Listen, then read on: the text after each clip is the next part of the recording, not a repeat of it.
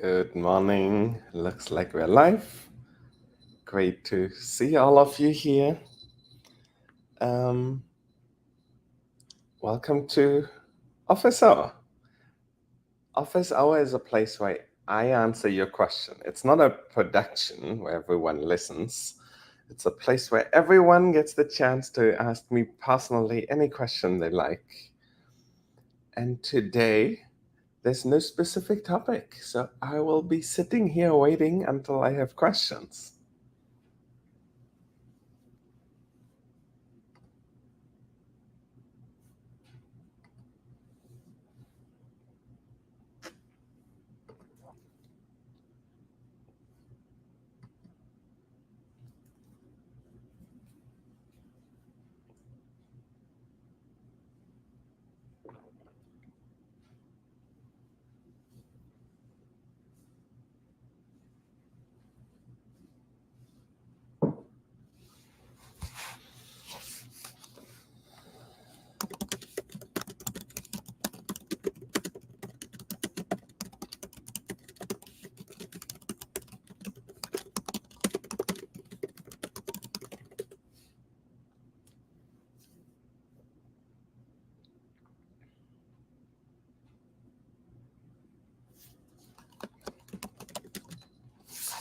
Hey, Kat, do you want to be here? There. Look, there's my cat. Well, we're waiting for the first question to be here. There's our flowers.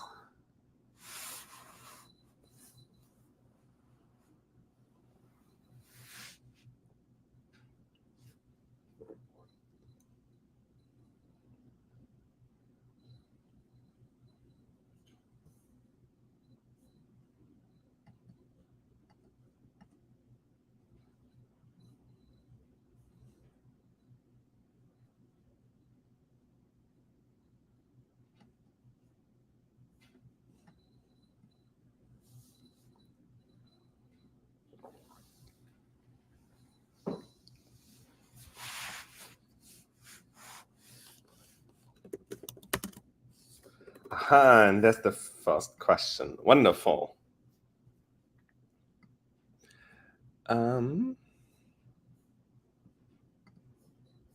Here, so this is a question by Martin Vaga, who asks, there are many levels of brain research. Please talk about how much hope there is to connect high levels like psychology to low levels like neuronal activity. Okay, I think you came to ask the right person. I thought very hard about it for a long time. Some 10 years ago, well, no, it's more like 5 years ago, I wrote a paper about a microprocessor. So normally people do neuroscience on brains. There's one big problem. If you say something wrong about brains, no one can call you out about it because no one knows how brain works. Therefore, we can never be quite sure if our models work. And here's the problem. We can do very nice neuroscience at the bottom level. Now, let's be clear about that. I can look at a neuron in someone's spinal cord and I can hit their muscle. I can see how the signal from the muscle travels to the spinal cord and goes right back to the muscle. And these kinds of reflex loops, we're really good at understanding it. It goes back to the work of Sherrington. Wonderful. Same thing the other direction. We can look into someone's eye and we can see if we put photons at the right place, how the membrane potentials of the receptor cells change, and how that ultimately changes spiking rates of the neurons that go out. Wonderful work in that area by Markus Meister. And we have a lot of peripheral domains that are like that. So there is some level there where at the periphery, the neuron level works really well. let's go to the other side. There's also places where psychology very clearly works well. No, like I I kicked my friend. Now he's angry at me. I should like be careful in his presence today. There's that kind of logic that humans use every day, and that's very effective. So, and we can understand that, no? Because we can say, why were you so careful with John today? Well, I was like really obnoxious to him yesterday, so I was kind of like worried about him. So there's kind of the level of like psychological language, which is like totally clean. And then there's the level of peripheral neurons, which is totally clean. And now, if I understand your question right, Martin, is you're asking, well, how much hope is that we can connect the two of them? Now, how do we get from all the neurons interacting, which is kind of cool, we can do things, to kind of an overarching theory? And I've been going around and telling people that we have a real problem. Here's why. So, if you do some behavior, some cognitively relevant things, there's millions of neurons involved with that, not like of neurons that influence one another. Maybe there might be billions of neurons involved in it. The information travels, all those neurons interact with one another. And there's a bridge missing. No? Like we know that the phenomenon that we want to understand consists of millions upon millions of neurons. And we know that all the interactions are weak.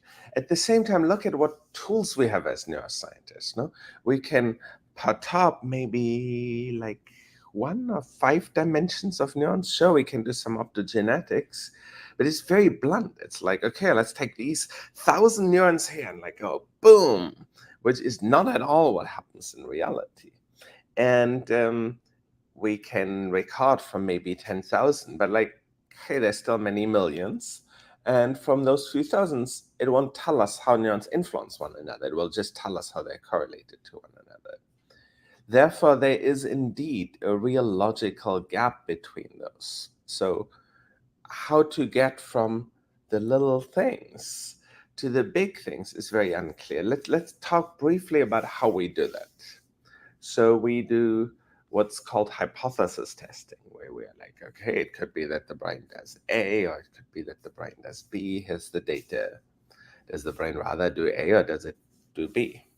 But you see what the problem is there. Like the kind of right models of the brain might be complicated. Like, do we really believe that we could write the equation for Conrad in like 3 lines so that we could like meaningfully do hypothesis testing of models of Conrad? Or is it that kind of the model of Conrad needs to include all the things that ever happened to Conrad, including the office hours at Neuromatch Academy? And that's very unclear. And therefore, hypothesis testing is problematic. Like hypothesis testing kind of only works if you're in small hypothesis spaces. If we have reasons to assume that kind of like Conrad's brain is sufficiently small that we can write it onto a little piece of paper, then we can like, okay, let's write all possible pieces of paper and then let's see how many we have. But if we believe that the kind of right models of Conrad are in terms of maybe the weights of the synapses that he has, well, imagine each synapse can take on 10 different weights. We have 10 to the 15 synapses in our brain, give and take a little bit. Therefore, there's 10 to the 10 to the 15 models for Conrad in that world.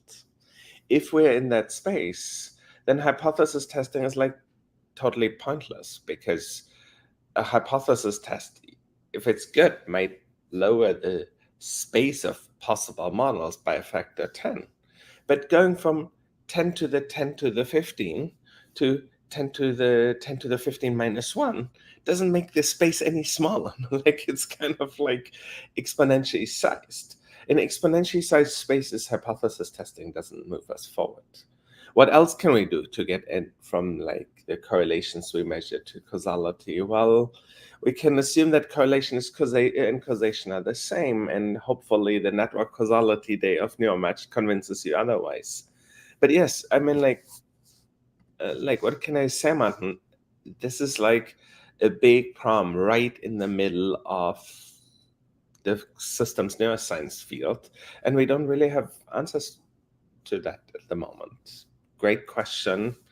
I'm sorry I can't give you like a deeper answer. Feel free to come with a follow-up question here, but we don't know how to fix that problem.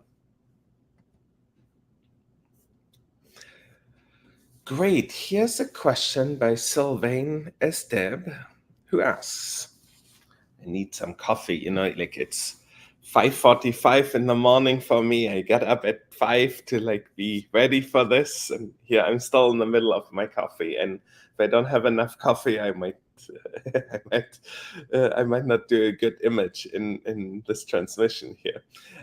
She asked, or Sylvain asks, I started my studies late in France at 27 years old. That doesn't sound all that late. I obtained my diploma to enter university, and then I went on to get a bachelor's degree in cognitive science with a major in computer science. That's a great combination. Cognitive science, computer science, mathematics. I have two questions. Is it too late to study and work in the field of AI at my age? And to what extent are cognitive sciences still related to artificial intelligence today? Okay, so the age question is a question that I often get at Neuromatch, and I want to push back very, very strongly on that. So I have friends who went to be programmers at a company like Google for 10 years and that are now very famous professors. I have friends who did completely non-academic things early on in their life for 10 years and moved on to be professors. Famous professors, very famous professors. If you're 27 years, by no means are you, when you start at 27, by no means are you old. There's people who start at 50. So you're older than the mean. And let me be realistic. No, like there is a certain amount of ageism, but there's also the opposite. So let's say there will be professors who prefer to hire students as PhD students once they have a little bit experience outside of it. The typical 27-year-old PhD student might have a lot more problems like arranging their private life and showing up well motivated to work every day than maybe someone who actually has experience doing other things or looking after family. So people that are older tend to be more effective simply because they are better at organizing things.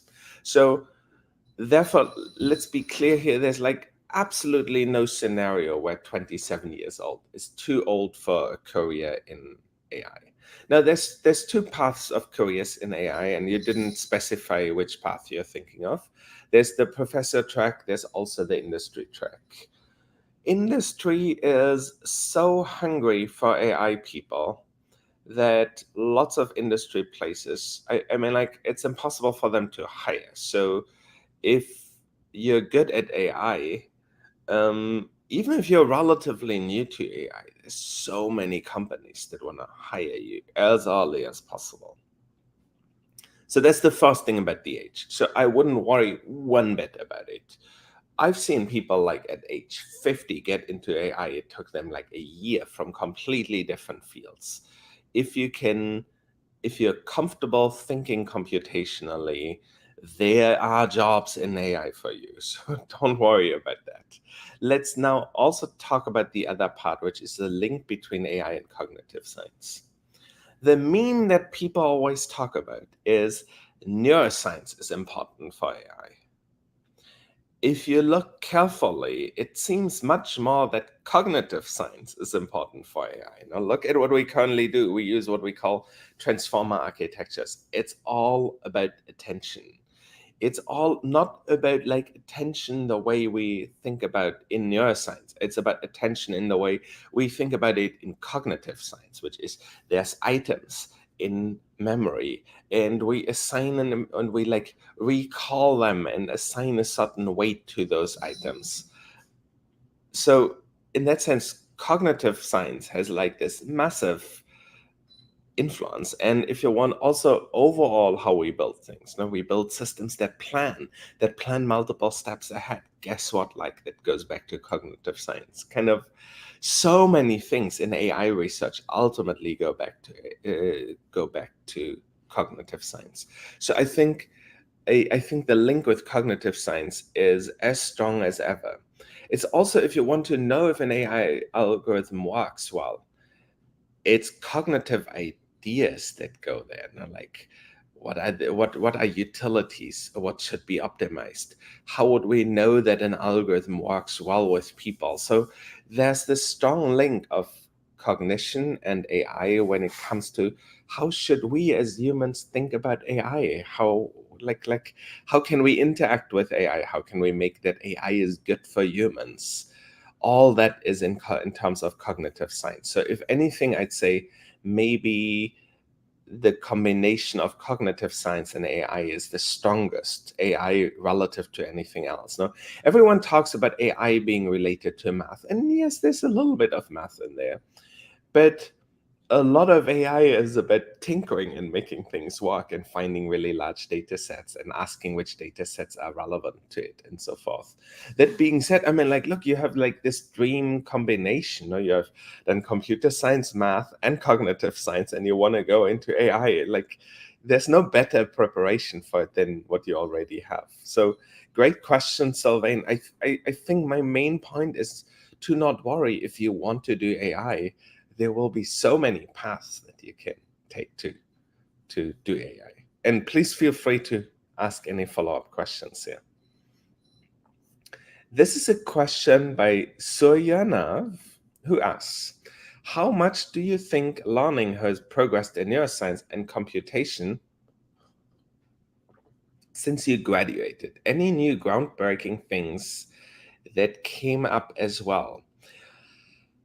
Okay, so yeah, there's a few ways of reading your question. So let's first take the learning in AI kind of angle. So when I did my PhD, that was 23 years ago, I used neural networks. I used them to fit to neural data, but I also used them to basically try and solve learning from unlabeled data prompts. It was remarkably painful, so I had to write my own kind of package to do all of that. There was no autograd. There was a short period of time where there was autograd for MATLAB. Only thing is it didn't really work. It was called AD-MAT, automatic differentiation for MATLAB. It was a nightmare. It was particularly a nightmare for people like me. So I'm really good at concepts, but I constantly get signs wrong. When I do the math, I often like miss a factor 2 somewhere. Kind of I glitch. Therefore, when I had to derive gradients myself, it was kind of a nightmare. Today, if you use any of the packages, TensorFlow, PyTorch, JAX, all of that's automatic. Now you build your network, you build your cost function, and then autograd gives you all the gradients. So that building has systems has advanced a lot, but it's not just the building per se of the systems that has advanced. It's kind of everything. When building hierarchies, we have all those tricks now, ResNet and so forth, transformers, this whole thing. But that's what you learn, of course, in the deep learning course. So in that sense, learning has dramatically progressed there. You can then also say, well, what has happened with like not learning / plasticity research? In hey cats, don't fight. What has happened with learning and plasticity research in neuroscience? There, the story looks very different. There, it's a relatively small number of new things that we learned between, let's say, when I did my PhD and now. In lots of ways, it feels it's time for us to reboot that.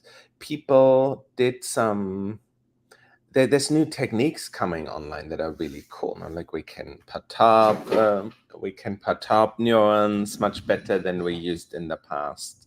We can they now have these cool imaging things where you can see in a whole brain where has plasticity happened. You can do like a 3D map where you see all the synapses that have had plasticity. So we have all those tools, but the methods haven't advanced very much. So but the progress on the computational side has been incredible. And also, like, I should say, it now feels like we are starting to get a hang of thinking computationally about learning. And there, I just want to mention, I mean, like, there's this people really pushing the theory from Dan Roy via there's a lot of great people. Suya Ganguly has done great things. It's in that in turn, these insights that we get into learning in big artificial systems, I think the time is coming where we take those questions and build them back into trying to understand brains. Great question. Here's the next question. This is a question by Ranjith Jagannathan, who asks, I have two questions. One, from your expertise, do you believe that sensory grounding is essential for language models to achieve meaning and understanding? Let me answer that one first.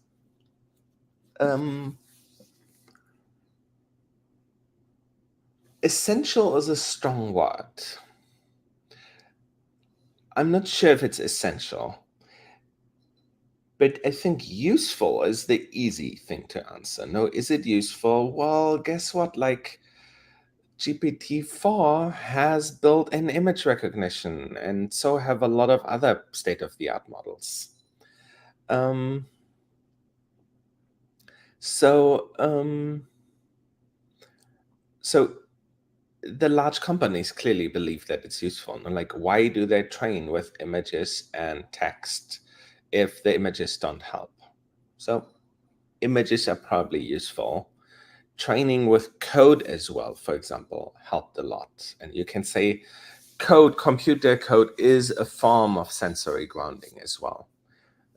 People are clearly investing a lot in videos at the moment. So does it help? Yes, there's no doubt that it helps.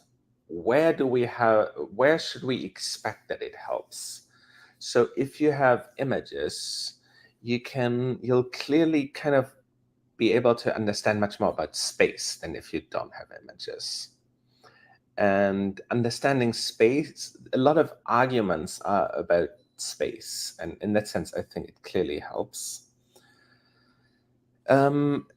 Now, the question is, to which level is it necessary? And you can say there is probably a set of problems where it gets to be necessary because images can, in a way, transmit probably more data. Like if you're in a real world scene, it's kind of impossible to exhaustively explain it in text, or it's very, very difficult.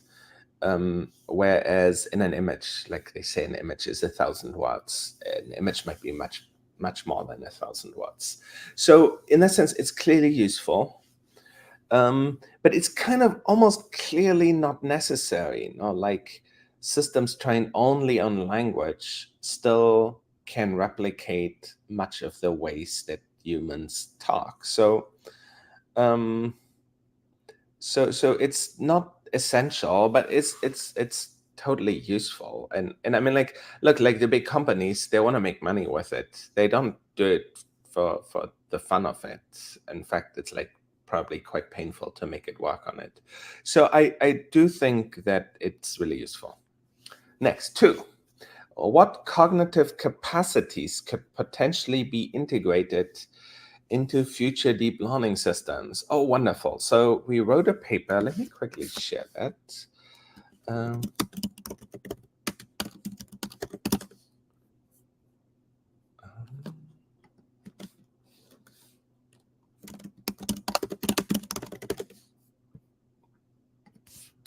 one second. I just want to share that with you here. Here's a link where we ask some of those questions. So in the paper, we call it perspective learning. It's basically we learn now and we do things now to make us good at the future. Let's first emphasize why that is so important. So most of the time in our lives are kind of not very important locally. Like I can right now, nothing bad. You can listen to this video. You can listen to it later. Oh no, listen, not at all. Nothing much will happen to you. So locally, things aren't very important. But ultimately, we want to be good in the future. And out of that comes all kinds of things that we call cognitive. For example, we want to understand the world in terms of cause and effect. Why? Because the kinds of causes will still have the kinds of effects in the future. Like cars that hit people hurt. Jumping off high things damages your bones. Like there's all kinds of causal things that the world is made out of, and they stay the same. So causal thinking is very prominent in ways of thinking about cognition, cognitive capabilities.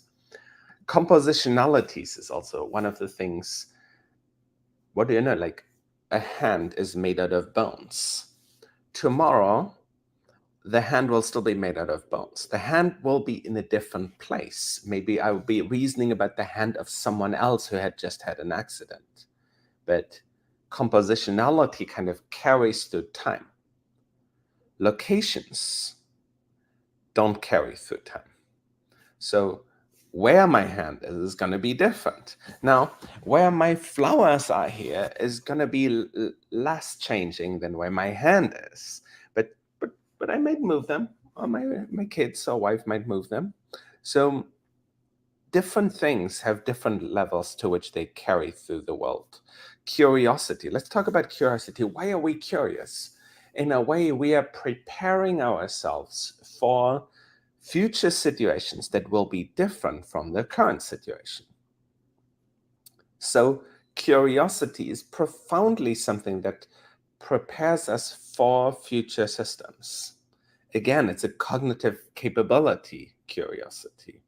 And then there's all these emotional things, like greed and empathy and all those things. And we will need to build them into artificial system if we at all want them to be useful. So in that sense, like the answer is, I think all the cognitive abilities that people have, like we get them through evolution. And that means that in a way they're useful.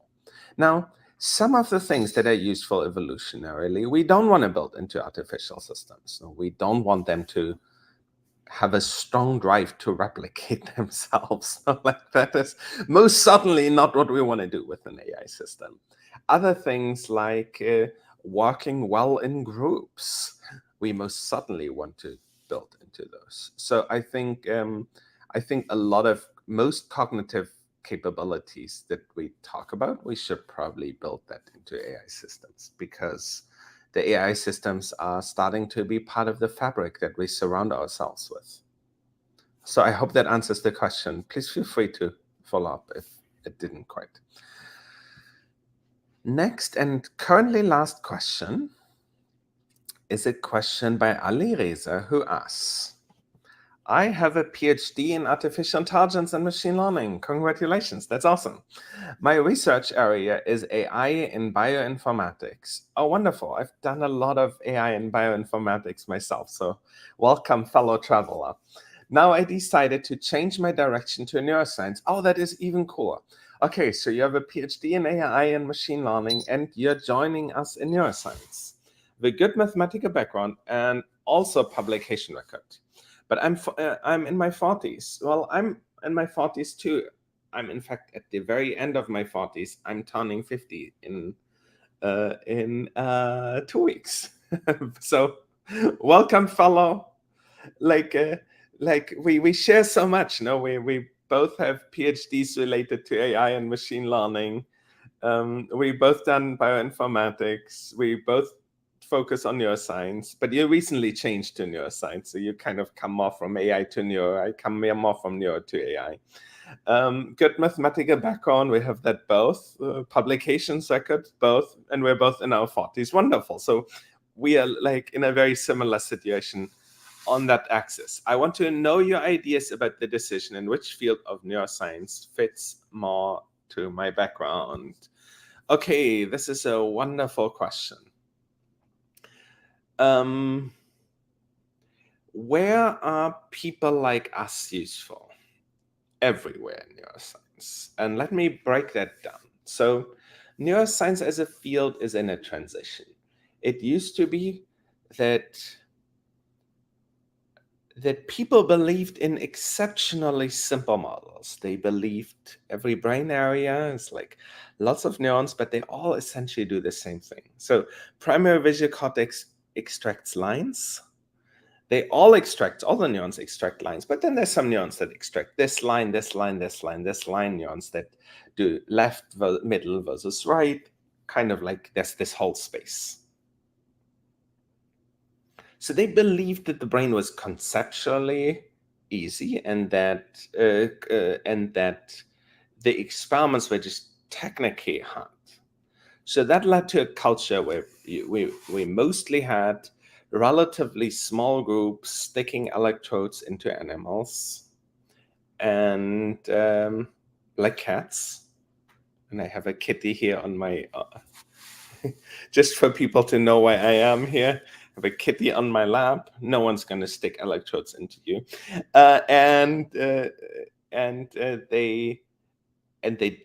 They kind of did they did research in that area. That way of doing science is dying at an incredibly fast rate.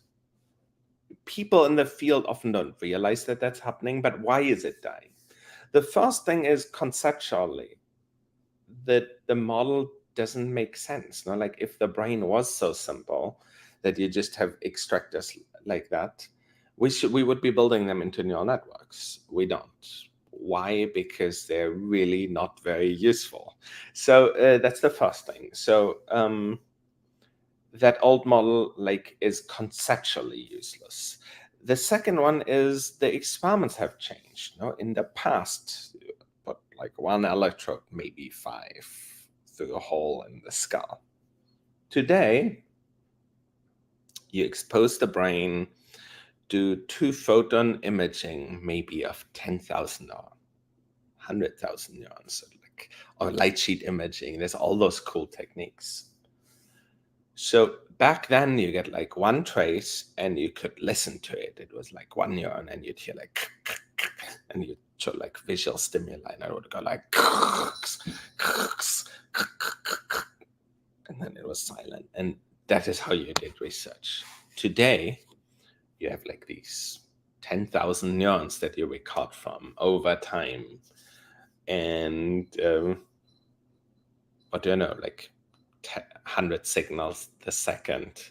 So you basically fill a hard disk relatively quickly with data like that. And on top of it, it all has as input a microscope. So it has these complicated traces. It's also when it comes to behavior. In the past, there was button on, button off. Today, we track the whole movements of the animals through space. So all of a sudden, all of neuroscience is becoming data analysis. Like it becomes conceptually AI, where you can say, okay, to which level do we how should we think about brains? Oh, they're kind of doing a machine learning problem, an AI problem about the outside world. And the second one is we need AI to connect anything we do with brains with data. So neuroscience needs us. Your question wasn't if neuroscience needs us, but which subfields fit. And the answer to that is there's many different subfields where it matters, and I think many where we can have an impact. So what I so one area which I think is very important is the core logic of neuroscience. The core logic of neuroscience, we experience that the old core logic is dying. So the old core logic of neuroscience is every brain area does one thing. And we basically just need to have the ingenuity of like asking, oh, does it do color? No. Does it do movement? No. Does it do cats? Oh, yeah, we found the cat area. But that logic of strong specialization is dying so fast. It's incredible.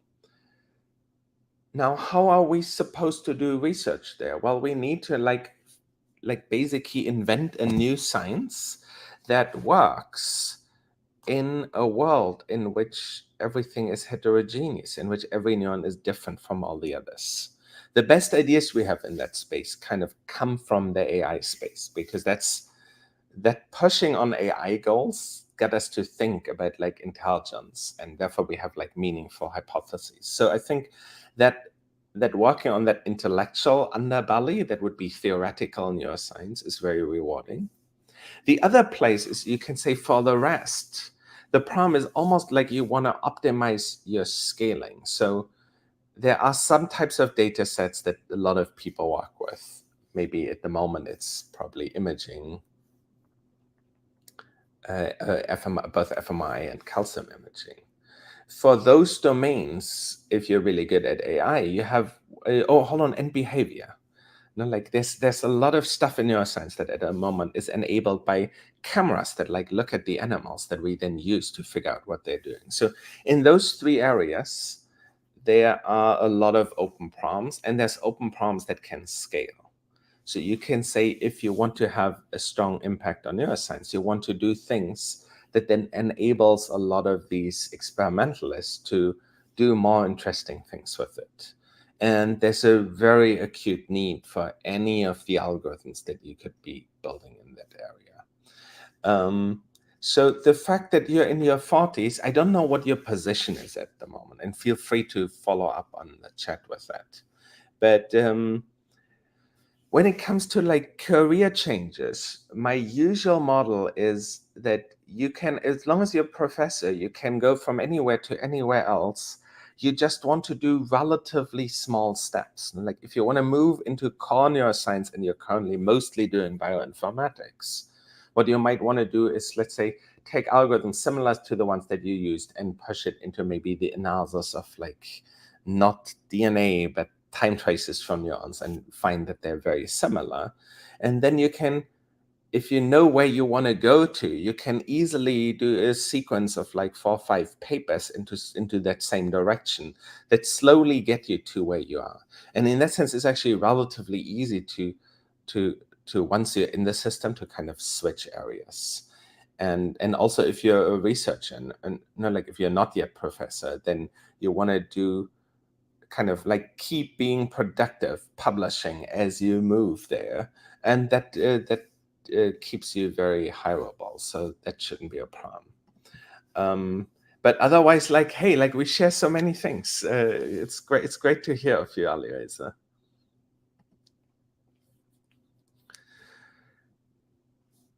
Cool. This is a question by Hamid Reza Aboué. And again, for everyone, I always apologize for my name pronunciation. I'm trying my best. I apologize when I do things wrong. What makes a research proposal special and how to make outstanding research? That's kind of the most interesting or most important question ever. So maybe let me start with the last one, how to make outstanding research. Science has a very strong tendency that people like to clump together and do science focused in an area. Unfortunately, that leads to a situation where we have these bubbles of things, where lots of people are doing very similar things, and then vast areas in between where absolutely nothing happens. These bubbles are often in areas where the approaches aren't even useful. It's just someone started it, sometimes there were enough people, and then they just keep going. So making outstanding research, a lot of it is kind of generate questions that and approaches that not everyone already has. How do we get there? I do believe that the right way there is generate a lot of questions and then throw away almost all of them. That's at least how I do it. How do I find research questions? I think a lot of it is about playful attitude. So let me highlight what I mean with that. So I have like certain tools based on my education and based on like the past projects that I did. When I sit down with people, I'm kind of like always hearing about their ideas and I'm trying to like spitball ideas. Like, what if we used what my field does with what your field does? And then they're like, yeah, that would be a bad idea. And you kind of keep going. But this playing with ideas is what produces any number of ideas. And then you can see, well, is this actually a good idea?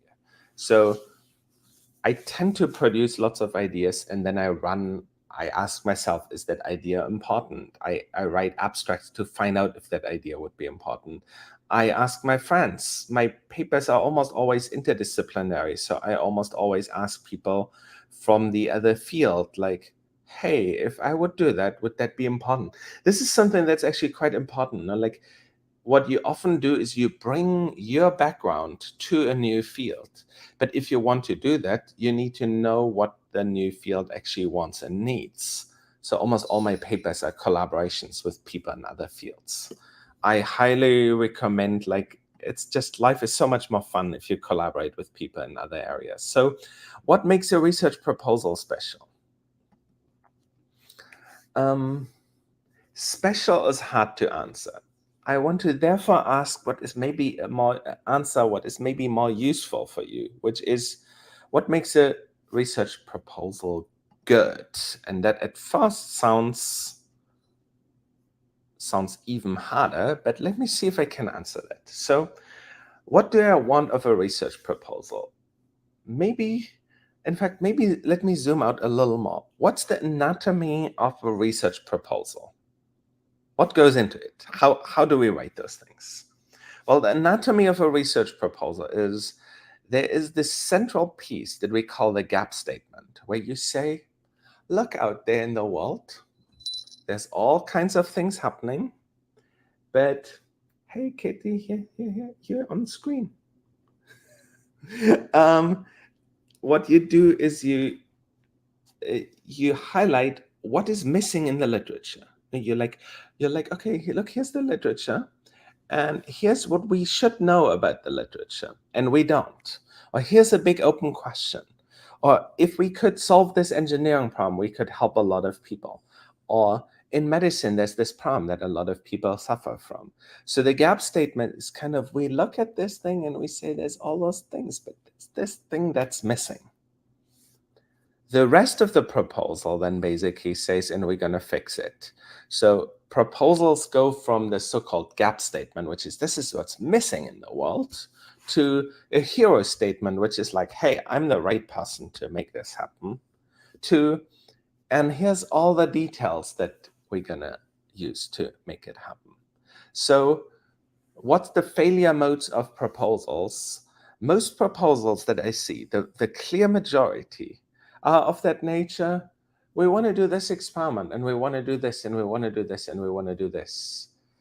And these are definitely not exciting proposals. Why? They have no gap. It's not like mankind has this problem, let's fix it. It's instead like, I'm trained in X, therefore let me do experiments in X. But that's the wrong way of doing it. Like, we're not doing science just to entertain ourselves. I mean, like, I'm all in favor of playing, but like, then let's be honest and say, like, we want to mess around. There's probably something cool to discover here. So, but instead, like, what an exciting proposal is a proposal that can say, here's this thing that is missing. And that can be in engineering, where your what's missing statement might be something like, we want to get lots of data out of brains. Can we build a microscope that doubles our resolution using some cool new optics tricks? It could be a data question, or like, lots of people are taking videos of their animals. How can we make it so that we can track all their movements? Because if we could, then neuroscientists could ask the following set of new questions. So the existence of a clear gap, to me, is what makes a research statement special, and the existence of an important one makes it more special. The other one is, make it be playful, make it be different from all the other proposals, make it open a new area. But yeah, Hamid Reza, that's a great question, and I hope that was a useful answer. Now it looks like I'm through all the questions. I'm gonna give you one more minute if anyone has a remaining question, and otherwise, always fun to talk.